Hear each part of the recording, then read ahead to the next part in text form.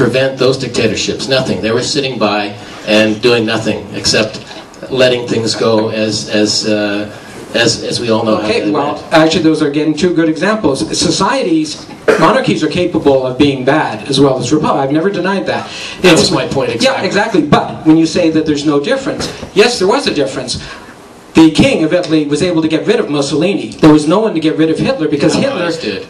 No, the king fired Mussolini before, and then Italy then surrendered. So it was the ability of the king to get rid of Mussolini, because Mussolini, although he was a dictator, still eventually had to be accounted to the king. So yes, monarchies... Okay, I'm going to try and get in here. Sorry, Gary. Okay, Tom, you have the next 7 minutes to present your entire counterpoint. We can debate the political science aspect of monarchy, or we can discuss it in the Canadian context that I think is most relevant, and that is the evolution of Canada. Now first I'll expand on the core of our organization's mandate, that the replacement of the British monarchy with a democratic and fully Canadian institution is the next logical stage in Canada's quest for full independence. Over 140 years ago, at the height of the British Empire, the seed of a nation was formed with Confederation. For lack of a better known event, Canada Day, which commemorates it, is generally referred to as Canada's birthday. But unlike many other nations, including most in the Commonwealth, it is not the day we attained independence. It was the day that formed the union of 4 separate colonies in a previously unknown entity called a Dominion, which basically was little more than another colony with some self-governing characteristics. Canada's international affairs were still handled by Britain until 1931. We didn't get the ability to send full-status diplomats abroad until 1947. Our Citizenship Act legally established Canadians as citizens of Canada rather than British subjects in 1947. The letters patent were also issued in 1947, delegating virtually all of the monarch's power to the Governor-General. Some say that this act made Canada an effective republic, a crowned republic, as some monarchists say, and there may be some truth to that. And it goes back to my original point that there aren't an awful lot of differences in the governing aspects of monarchies and republics, but there are some other very relevant points. Now, in 1965, we got a new flag, replacing basically a British naval ensign. And the reason was it symbolized a new spirit of pride and Canadianism.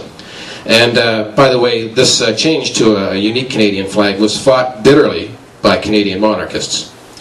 And of course there's the patriation from Britain of our Constitution in 1982.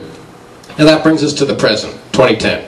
After over 140 years of incremental steps, is Canada now an independent nation in all respects? The answer is no. As long as we share our head of state with the United Kingdom and 14 other former colonies, until we sever this last remaining colonial link, symbolic as it is, the final step in our evolution to full nationhood has yet to happen. Now more and more Canadians are coming to the realization that if we're to call ourselves independent, then our national symbols and institutions should reflect that. The Commonwealth nations of Australia, New Zealand, Jamaica, Barbados, even tiny St. Vincent and the Grenadines are also coming to the same conclusion. Even in Britain, roughly a quarter of its population is in support of ending the monarchy in their nation. Aside from the questions of independence, there are many other arguments. No Canadian child can ever aspire to be head of state of his or own country. Inherited rights in government, symbolic or otherwise, is a concept incompatible with Canadian values of equality. Our head of state should be a true representative of the people of Canada. Presently, the Queen, constitutional head of 16 other nations, does not represent Canada when she travels abroad. She represents Britain and its interests. The British monarchy is a limiting factor on our national identity. And one of the reasons, the question of what it means to be a Canadian continues to be an issue. Many new Canadians, and I noticed someone already came up to me before I started to make sure that this got mentioned, many new Canadians see this point clearly.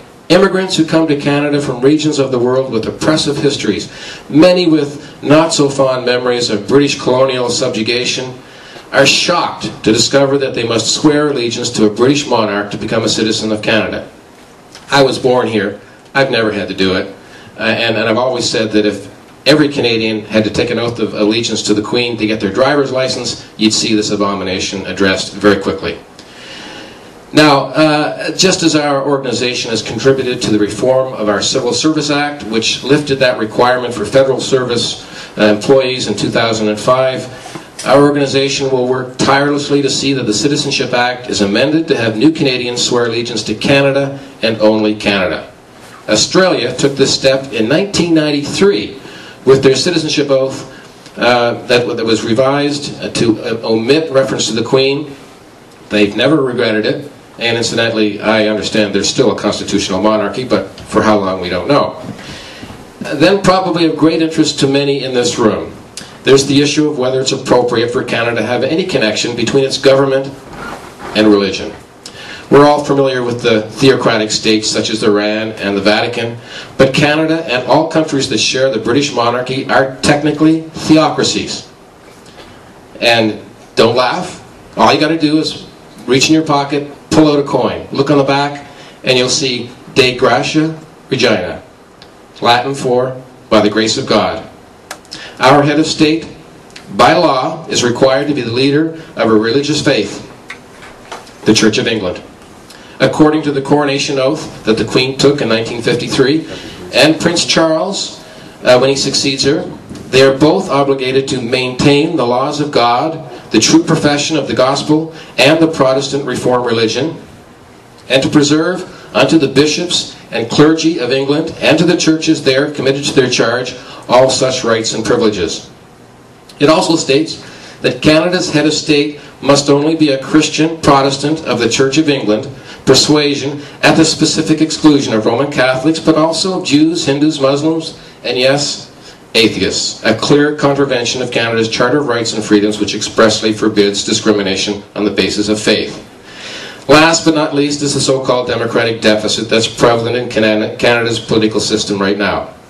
In every good democracy, there's a solid framework of checks and balances to ensure against the proliferation of abuses by governments, like what we've seen recently with the prorogation for political purposes, which I'll expand on later if anybody asks me, which I expect they will.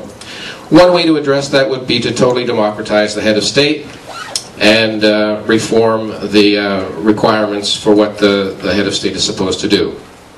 Fortunately, polls indicate Canadians are in favor of change, ranging as high as 65% and as high as 70% of Canadians under 40. I'm not going to boggle you with more figures on that. They're available at our website, which anybody wants to know that, I can give it to them later. Thank you, Tom. And that's it. I do have more. Thank you very much. Gary, you now have the next 3 minutes to cross-examine Tom. Well, Tom, it's not possible in 3 minutes to correct all the historical errors in what you said, but just point out first in 1947, the letters patent did not delegate, they just authorized the Governor-General to exercise the King's powers, which remain the King's.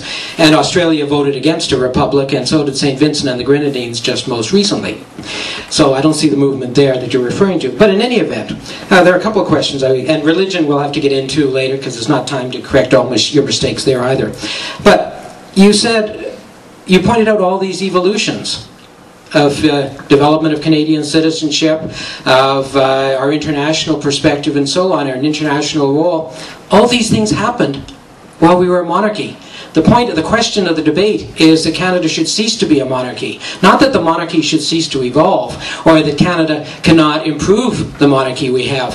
How, if the monarchy prevents us from becoming independent, did we become independent, as you claim, while we were a monarchy? Why? What's the difference? We became a fully independent country under the monarchy.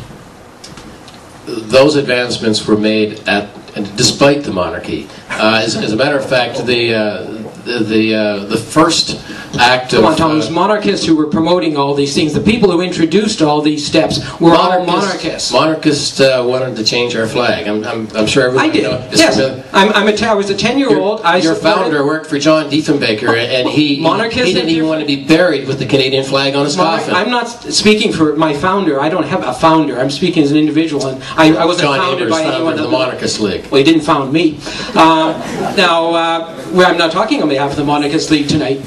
The point is, all right, you're saying monarchists were against it. I was a 10-year-old when the flag came in. I was for it. I've never opposed